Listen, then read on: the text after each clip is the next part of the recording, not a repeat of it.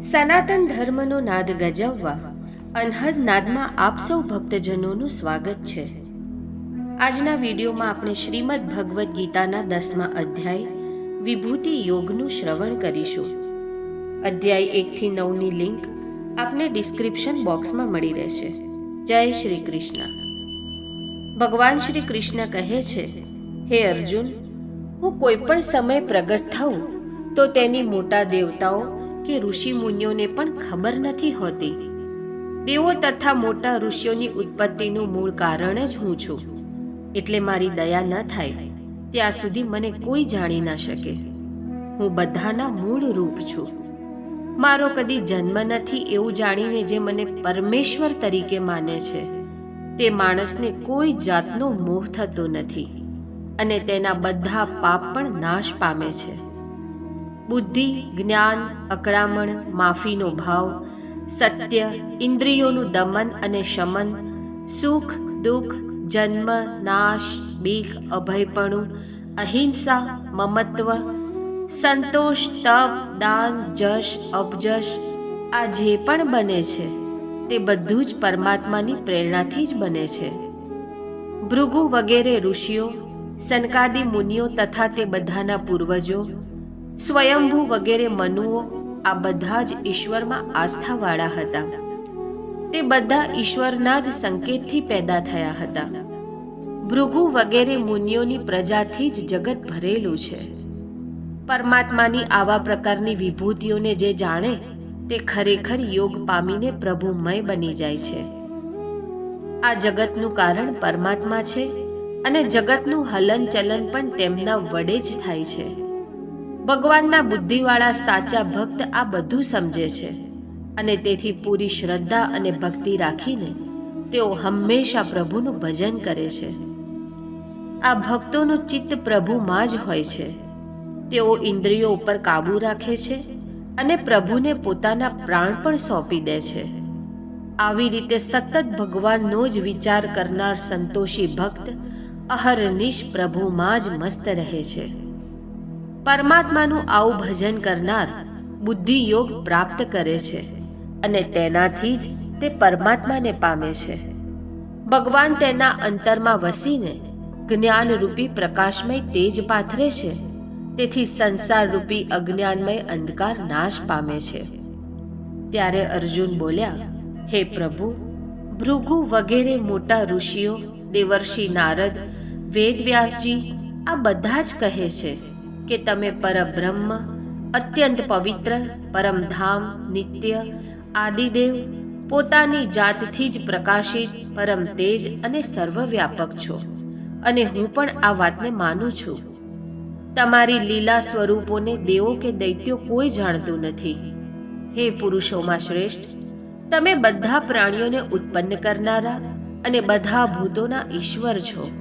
હે દેવાધિદેવ, જગતના પતિ, તમારા સ્વરૂપને તો એકલા તમે જ જાણી શકો, બીજું કોઈ જાણી શકે તેમ નથી. જે દિવ્ય વિભૂતિઓથી આ જગતમાં તમે વ્યાપીને રહ્યા છો તે વિભૂતિઓનું વર્ણન પણ તમારા સિવાય કોઈ કરી શકે તેમ નથી. હે યોગી, કઈ વિભૂતિ વડે કેવી રીતે તમારું ચિંતન મનન કરવાથી તમને જાણી શકાય, અર્થાત મારે કેવા ભાવો વડે તમારું ચિંતન કરવું જોઈએ. જેમાં બધી શક્તિઓ છે એવા સર્વજ્ઞપણાવાળા તમારા યોગ, ઐશ્વર્ય અને વિભૂતિઓનું તમે વિસ્તારથી વર્ણન કરો. તમારા અમૃત જેવા વચન સાંભળવા મારું મન આતુર છે. ત્યારે ભગવાન શ્રી કૃષ્ણ બોલ્યા, હે ગુરુઓમાં શ્રેષ્ઠ, હું તમને ટૂંકમાં મારી વિભૂતિઓ જણાવું છું, કારણ કે તેનું પૂર્ણ વર્ણન થઈ શકે તેમ નથી. હે પાર્થ, બધા પ્રાણીઓના અંતરમાં રહેલો નિંદાને જીતનારો આત્મા તે હું છું. વળી તે બધાનો આદિ, મધ્ય અને અંત પણ હું જ છું. હે અર્જુન, 12 આદિત્યોમાં હું વિષ્ણુ રૂપ છું. બધા પ્રકારના તેજમાં સૂર્ય, વેદમાં સામવેદ, દેવોમાં ઇન્દ્ર, ઇન્દ્રિયોમાં મન, ભૂતોમાં જ્ઞાન, રુદ્રોમાં શંકર, યક્ષો અને રાક્ષસોમાં કુબેર, વસુઓમાં અગ્નિ, પર્વતોમાં સુમેરુ, પુરોહિતોમાં બૃહસ્પતિ, સેનાપતિઓમાં કાર્તિક, જળાશયોમાં સમુદ્ર, મહર્ષિઓમાં ભૃગુ, પદ્યોમાં ઓમકાર, યજ્ઞોમાં જપ યજ્ઞ, સ્થાવરોમાં હિમાલય, વૃક્ષમાં પીપળો, દેવર્ષિમાં નારદ, ગંધર્વોમાં ચિત્રરથ, સિદ્ધ મુનિઓમાં કપિલ મુનિ, ઘોડાઓમાં ઉચ્ચૈશ્રવા, હાથીઓમાં ઐરાવત, માણસોમાં રાજા, હથિયારોમાં વજ્ર, ગાયોમાં કામધેનુ અને પ્રાણી માત્રમાં કામ, આ બધા જ મારા સ્વરૂપો છે. બધા સાપોમાં વાસુકી અને નાગોમાં શેષનાગ એ પણ મારા સ્વરૂપ છે.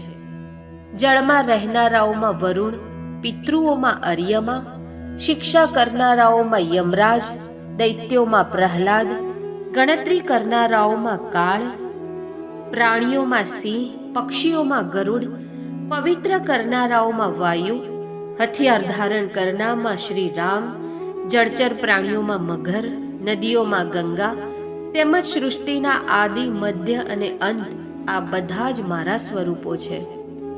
બધી વિદ્યાઓમાં આત્મવિદ્યા, વાદ વિવાદ કરનારાઓમાં સિદ્ધાંત, અક્ષરોમાં અકાર, સમાસોમાં દ્વંદ અને કર્મના ફળ ઘડનાર વિધાતાઓમાં વિશ્વતોમુખ નામનો વિધાતા પણ હું જ છું.